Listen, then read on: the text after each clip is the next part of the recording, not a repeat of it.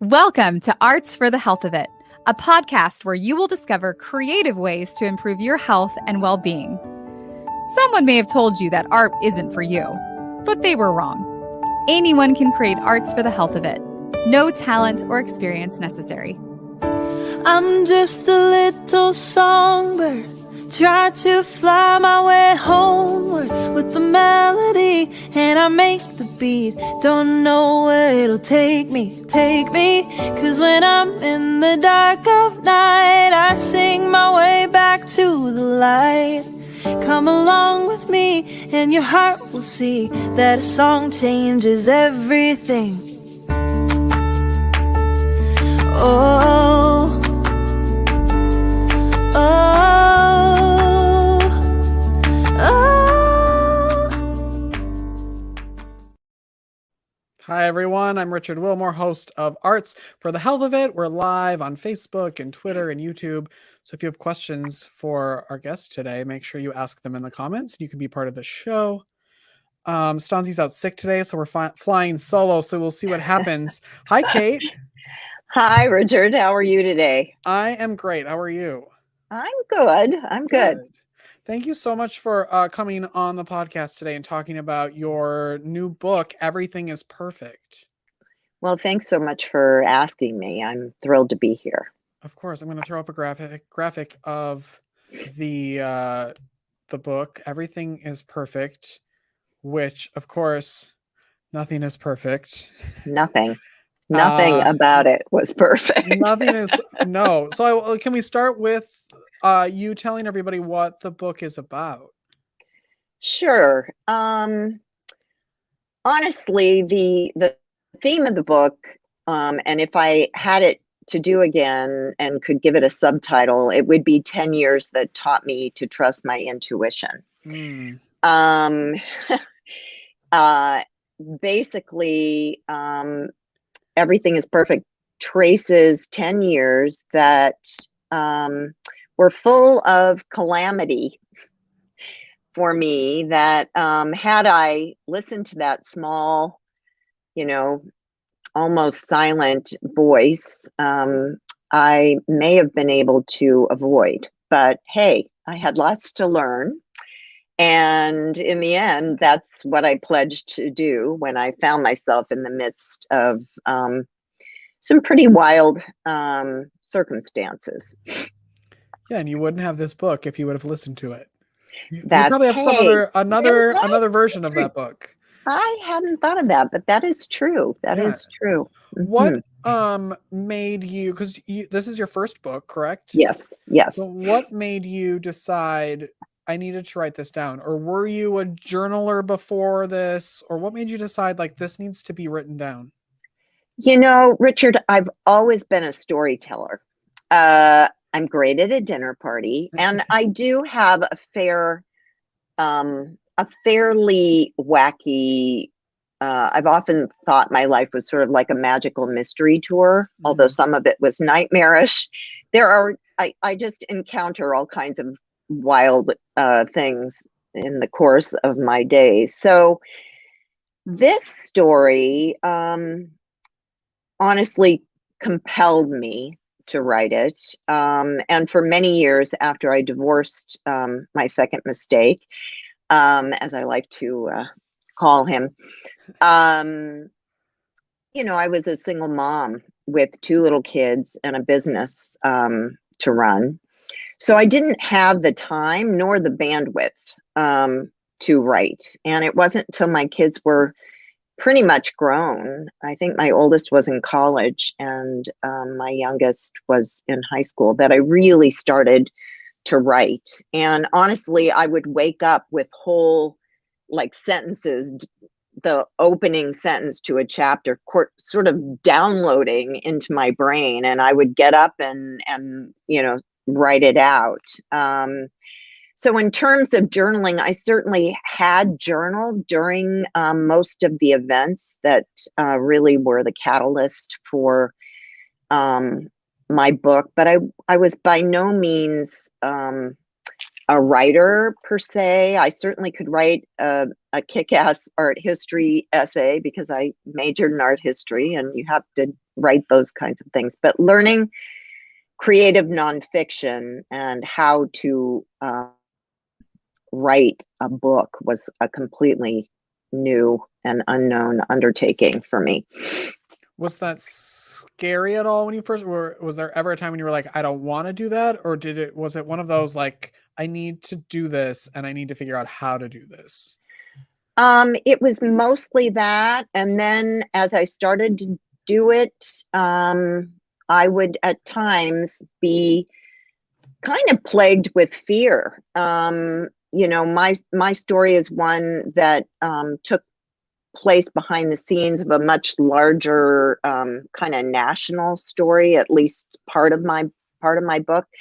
And so I was pretty terrified of what the reaction would be. And what I quickly learned is if I allow myself those fears, it completely stops the creative process. So I would sort of take note of it, and I'm nothing if not stubborn and perhaps a little wildly determined. So I would just, I'd give myself the time to feel the fear, and then I'd eventually, find my way back to it, because it wouldn't leave me alone. The story would not leave me alone.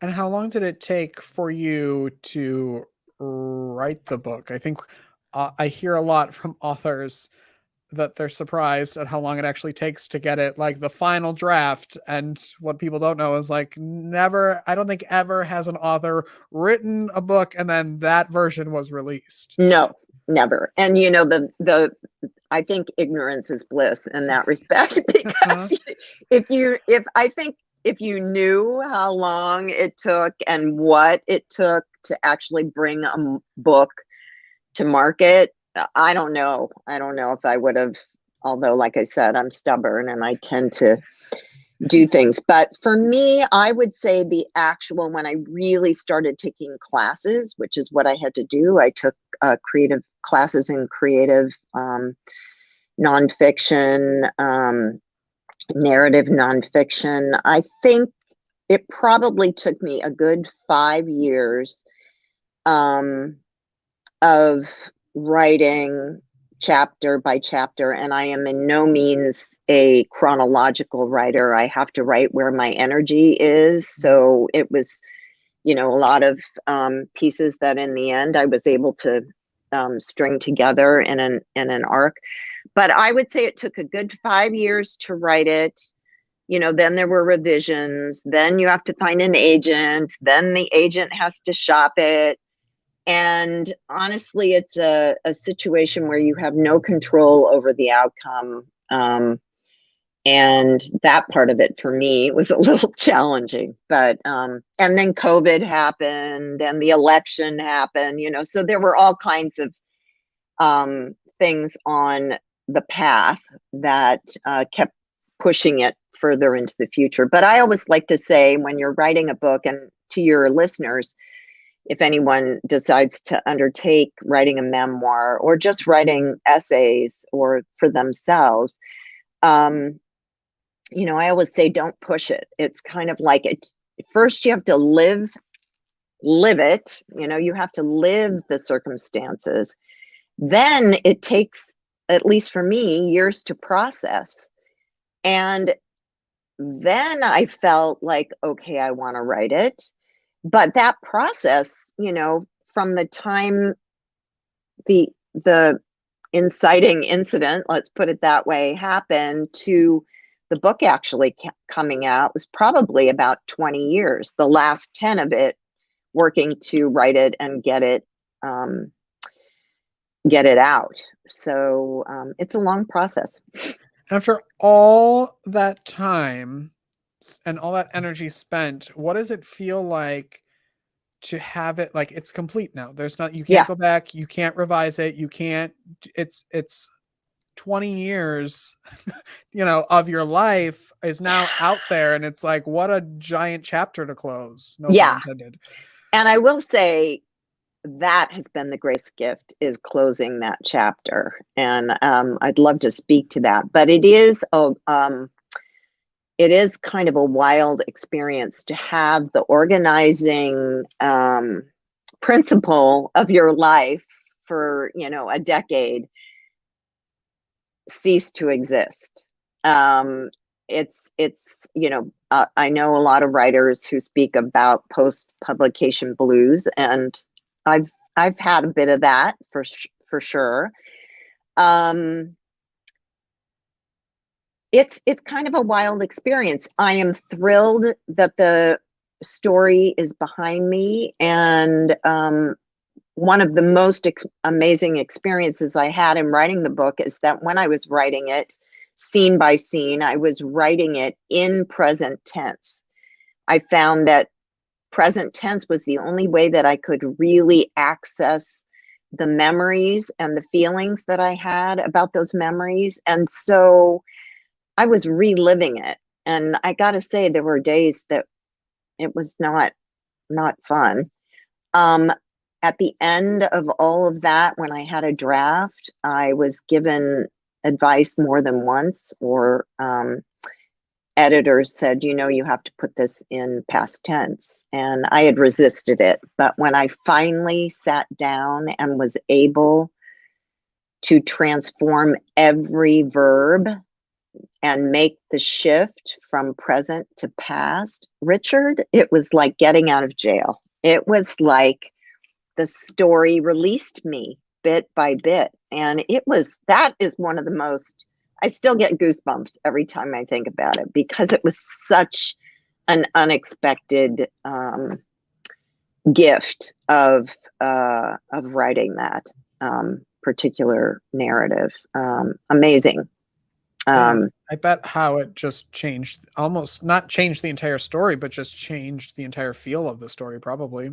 It did. And it also made it easier. Part of writing memoir is that you write the scenes, but then you also need to reflect on those scenes from where you are now, and so it freed my ability to really reflect in a way that I couldn't when I was, living it. So it was pretty amazing.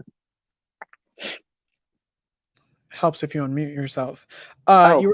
No, that was me. It was completely me. I know. I was like, uh-oh, I was over here listening like, and then I wanted to talk. You were talking about learning, like writing this book helped you keep the past in the past instead of like dwelling on that, right? Mm-hmm. Can you talk about that? And then also the fun, creative way you sort of dealt with it that we were talking about before we started? Oh yeah. Well, when I was actually living it, I had very creative ways of dealing with the heartbreak, the rage, the anger, that my ex-husband's adultery and basically the destruction of the life we had been building was affecting me. And one of those ways was breaking a lot of dishes. I broke a lot of dishes. I developed a few different rituals, but the dish breaking, whenever I felt just deep sorrow or anger or something new would happen that was just unbelievable and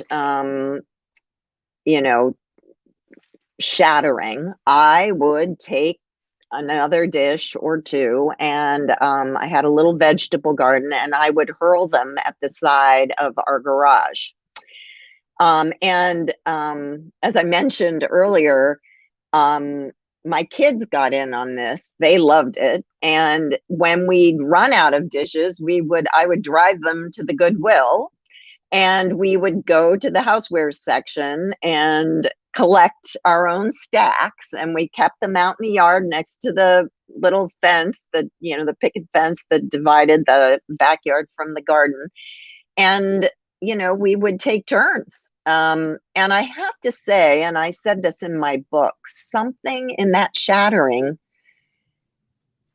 was so satisfying. And in the end, it was like it mirrored my inner landscape, that feeling of being shattered, but something in that healed me bit by bit. It was like, I had a friend who said, well, now you need to make a mosaic. But honestly, I didn't ever need to do that, because by the time I'd worked through all of my feelings and, got myself out of the marriage, I felt like I'd done the work. And, the dishes served me well. I have a question about the dishes. When you're going to Yes. buy new dishes, Uh-huh. because I imagine like there's something about maybe taking a really beautiful piece, because it's artwork. Some plates are beautiful, and smashing that has to be therapeutic. Like smashing that, like we've built this beautiful life and now it's completely devastated. When you're at Goodwill buying new plates, are you looking for a specific, like, is it just any plate you're grabbing, or are you looking for those beautiful pieces that you're drawn to? Well, that's a good question. I would let the kids select their own, and they would definitely sort and pick the ones that they wanted. And I did the same. A funny story is back in August, when my book finally launched, there was a brief moment where it was kind of safe, or it felt safe to join. And I actually had a party, and I had to choose a piece to read, a chapter to read from my book. And I decided to choose to read the chapter where I tell about my kids and I going to the Goodwill. And I will I will tell you, Richard, that what I ended up doing was going back to the same Goodwill ahead of the party and choosing just the right dishes. And I used them as centerpieces on the table, stacks of dishes. And I told my guests at the end of the reading that I wanted them all to take a few dishes home with them and to use them if they ever felt the need to smash. And those little plates have little roses all over them, because roses were an important part of my story as well. But it was amazing. It was really cute, because I sent a text to my youngest when I was at the Goodwill, and this is 20 some odd years, and I just took a picture of the housewares sign and the shelves that haven't changed with the stacks of dishes. And she said, "Oh my God, Mom, are you breaking dishes?" But it was just it was a wonderful thing to revisit after all these years. You were saying before that you're a really good dinner party guest. Where do you live? Because I want to come to one of your parties. They sound Please, like a lot of fun. please do, Richard, anytime. We're in Portland. Where are you? San Antonio. Oh, okay. Well, I get to Austin every once in a while, but yeah, Portland, Oregon here. Okay. Well, now I can plan a trip.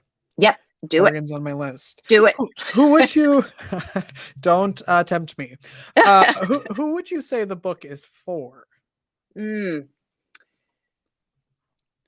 I think this book is for just about anyone who's been betrayed and really heartbroken, and certainly anyone who's been gaslit as a result of a partner's adultery. The gaslighting aspect of adultery is really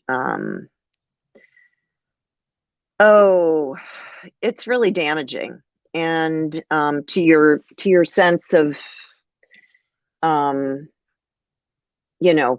well-being. It makes you doubt yourself, and so that's a huge part of it. And anyone who's ever not listened to their intuition and found out later on that wow, I knew. There's a line I have in my book when I finally figure everything out, and I know that my ex was cheating on me, that is, you know, oh shoot, the line just flew. About, what we know and when we know it, and how shocked to find out that he was the person I suspected he was. But I tried so hard not to believe it. And, often we don't trust our intuition, because who wants the things that our intuition warns us about to be true, honestly, So there's a huge component there that I think is sort of the arc of my journey through this book that I think would be helpful. And I've heard from plenty of my listeners that it has really been helpful. So that's very rewarding. Yeah, I wanted to ask that, what you're hearing from people who have listened to the book, because on some level, not maybe the magnitude of your story, but there are a lot of people who have gone through the same thing that probably feel alone and like they're the only ones that it's happening to. So what are you hearing from people? Well, first, let me say that I think that is the value that in sharing these stories that are painful and difficult, because most of these experiences in a human life are universal. And yes, what I have heard is just how grateful people have been. I think the very first email I got, which I still cry every time I think about it, a woman wrote to me and said, Kate, I had no idea what your book was about. I was driving. I had a 7-hour drive to, I don't know whether it was North or South Carolina. And I plugged your book in, and she said, I've been going through such a difficult time in my life. And she said, by the time I got to my destination, I knew I could do it. So those things just, make me weep. And also have been such unexpected gifts. When you're feel compelled to tell a story, you're not really thinking about, you're just thinking about getting it out. So it goes back to, how does it feel once it's finally out there? And I have to say that hearing from listeners and hearing that the book and the themes of the book have affected them, and also hearing from so many people that they felt by the end of the book they knew me and I was a friend, and that is really that's an incredible gift. So it's been great. The way you can connect to people is always, the way you find to connect with people. It's always fascinating to me. Yeah. When did collaging become part of your creative practice? During the course of writing the book, I would get to a place that was either particularly hard scene to write, or a scene that I didn't know how to enter into, and maybe wasn't really wanting to. There were some pretty hard things to write in this book. And years ago, a friend had taught me a method of collage that's sort of like a spiritual practice. So one day, just feeling like, I can't, the words just weren't coming, I shut the computer and I pulled a stack of magazines. I always have plenty of magazines around. I'm a bit of an addict. And I thought, I'm just going to collage this. And so basically the method, and I'd love for people to try it, but I would just sit with the magazines, leaf through any picture that for some reason, and you don't know why at the time, is resonating with you. It could be one tiny element of an entire page, but you just rip those out, maybe 5, 6 images max. Sometimes 3 will do it. And then you sit with those images, you cut out the parts that are speaking to you, and you arrange them. And inevitably, what would happen, Richard, that was so phenomenal was I would get that done. And all of a sudden, it was like this magical download, the whole scene would just open up. I have a few here. Do you want me to show you? Yeah, and you send some along. I can put them. Are they the ones that you sent? Yeah, I think I sent you the ones. I forgot. Yeah, let me throw some up here. Okay. Yeah, this one I call the wake up call. I use a lot of Rumi poetry. Rumi was kind of my guide through all of the actual incidents that were plaguing me back then. And this one I call the wake up call. And there's a Rumi poem that says, "The breeze at dawn has secrets to tell you. Don't go back to sleep." And this one, I use a lot of, I'm kind of into numerology, I will confess. So the clock, you add up all these numbers, it's a 6, a 3 plus a 1 plus a 2 is a 6. And 6 is for me, or the numerology that I've studied, is about density and danger, and you need to pay attention. So yeah, that's what that one's about. This one was in the aftermath of the discovery of the confirmation of my husband's affairs, plural, where I felt like gravity had abandoned me and I was spinning, circling the sun and unable to get my feet under me. So that one is what that one was about. This one is sort of, again, that whole, and it's interesting, I hadn't really, but all three of these have pictures of stars and hurtling through space. This is really kind of me in the wake of this devastation. It's kind of, the house has been smashed to bits, and I'm kind of just trying to figure out how I'm going to pick myself up and keep going. I thank you for sharing those. Sure.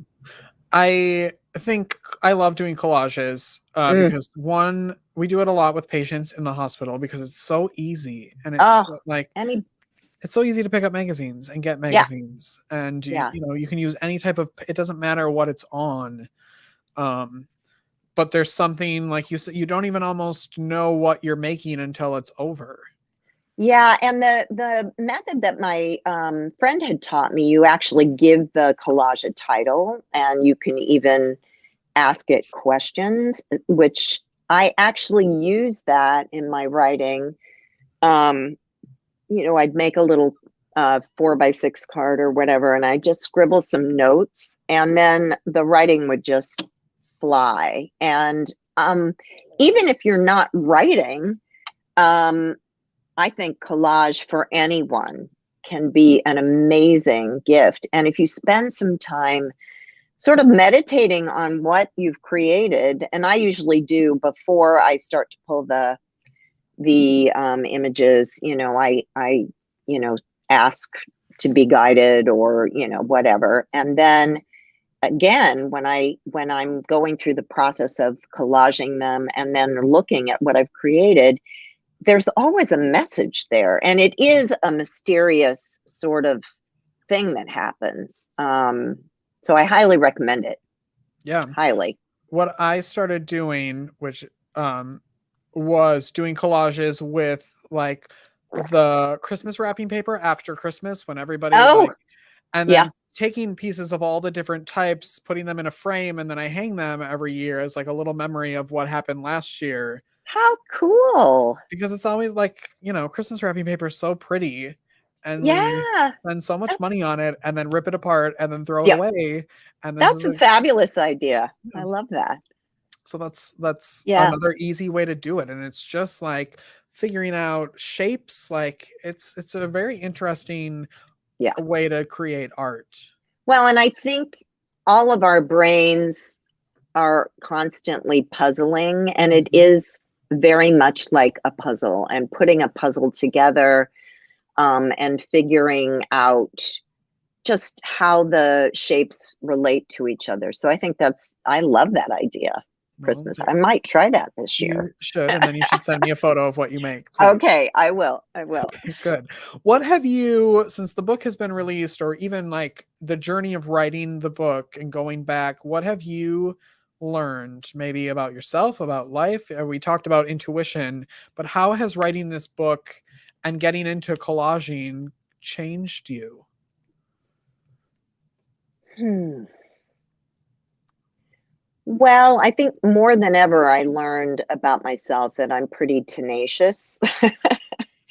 And having that knowledge is helping me as I move towards writing my second book, and knowing that at times when I was learning, I thought, oh my God, I'm never going to get this. I'm never going to understand how to write a scene or what this even means. And there's a gift in working so hard at it, that there's a new level of just knowing that, that'll, when there's a will, there's a way.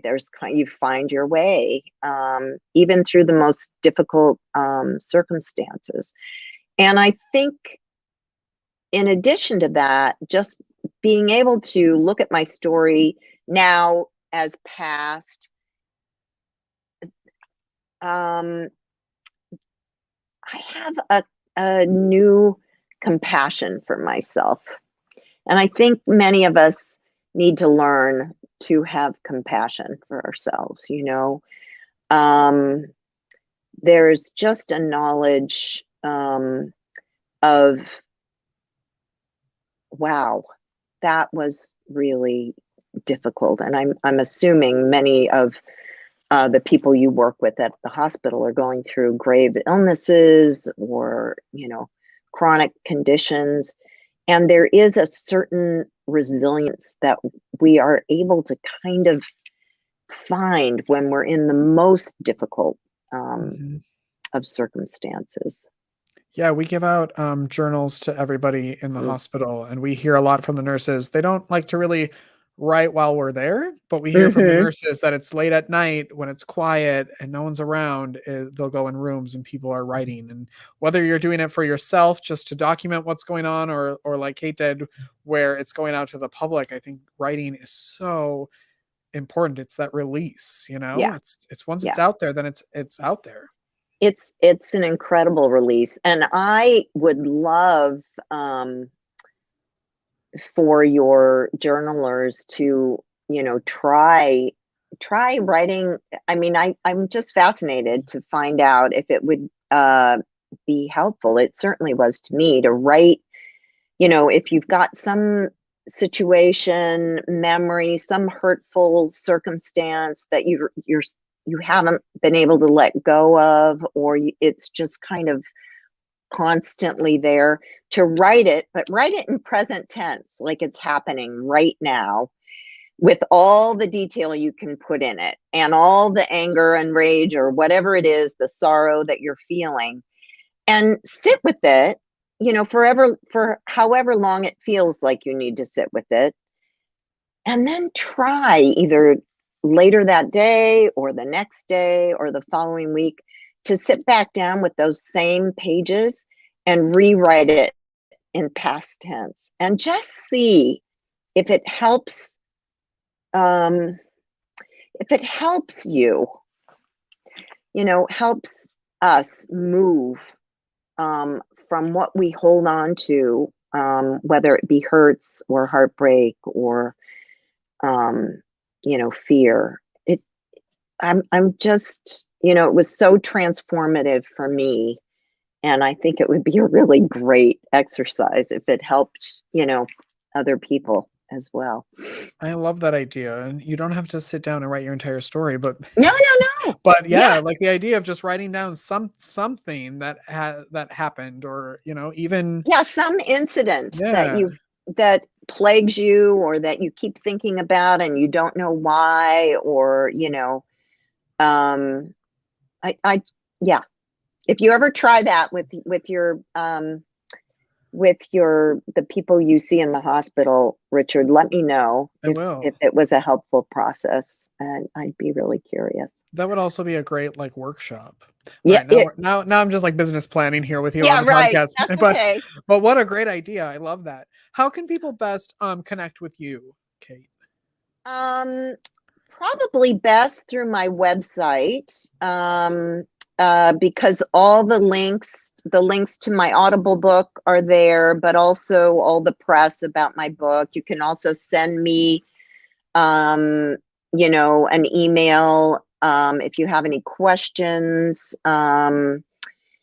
So that's probably the best way. I'm also on Instagram. And it's at StateO Kate, StateO Kate on Instagram. And I post a lot. I'm a addicted photographer. So Another post great art form. yes, and boy, do I love that. I mean, I don't think a day goes by without me taking 100 pictures. I'm one of those people that has to pay for the cloud, like a big cloud. Yeah, and often I post my my collages on there, but mainly my photographs, and usually I have some words to go with it, and I'd love to share that with everyone as well. And of course, the link to that is also on my website. Beautiful. The book, of course, is called Everything is Perfect. It's a memoir available on Audible. Kate, thank you so much for jumping on. Richard, thank you. I really appreciate it. And yeah, I enjoyed myself. Good. That's why we're here. I'm happy to hear that. And come back when the next book comes out. Okay. It may be 10 years, but yeah. Hopefully I'll still be here. All right. Okay. All right. You take care and have a lovely holiday season. You too. If you're thank you. Wherever you're watching this or listening, make sure you subscribe and keep creating, everyone. We will see you next time. Bye. Bye. Thank you for listening to Arts for the Health of It, a podcast produced by Hearts Need Art, creative support for patients and caregivers, in partnership with the National Organization for Arts and Health. You can help others learn about the healing power of the arts by subscribing, sharing, and reviewing the podcast wherever you listen or watch. The podcast is hosted by Richard Wilmore, co-hosted by Constanza Rader. Our theme song, Songbird, is written and performed by Natalie Lane. Visit heartsneedart.org to learn how you can support our mission to create joy with people facing life-altering health challenges. Join us next week to learn more ways you can create arts for the health of it. The views expressed on this podcast do not necessarily reflect the views of Hearts Need Art, their staff, board members, or other affiliates. All content is created for informational purposes only. This podcast is not intended to be a substitute for professional medical advice or to diagnose and treat any health condition. Always seek the advice of your physician or other qualified health professional with any questions you may have regarding a medical condition. Never disregard professional medical advice or delay in seeking it because of something you heard on this podcast.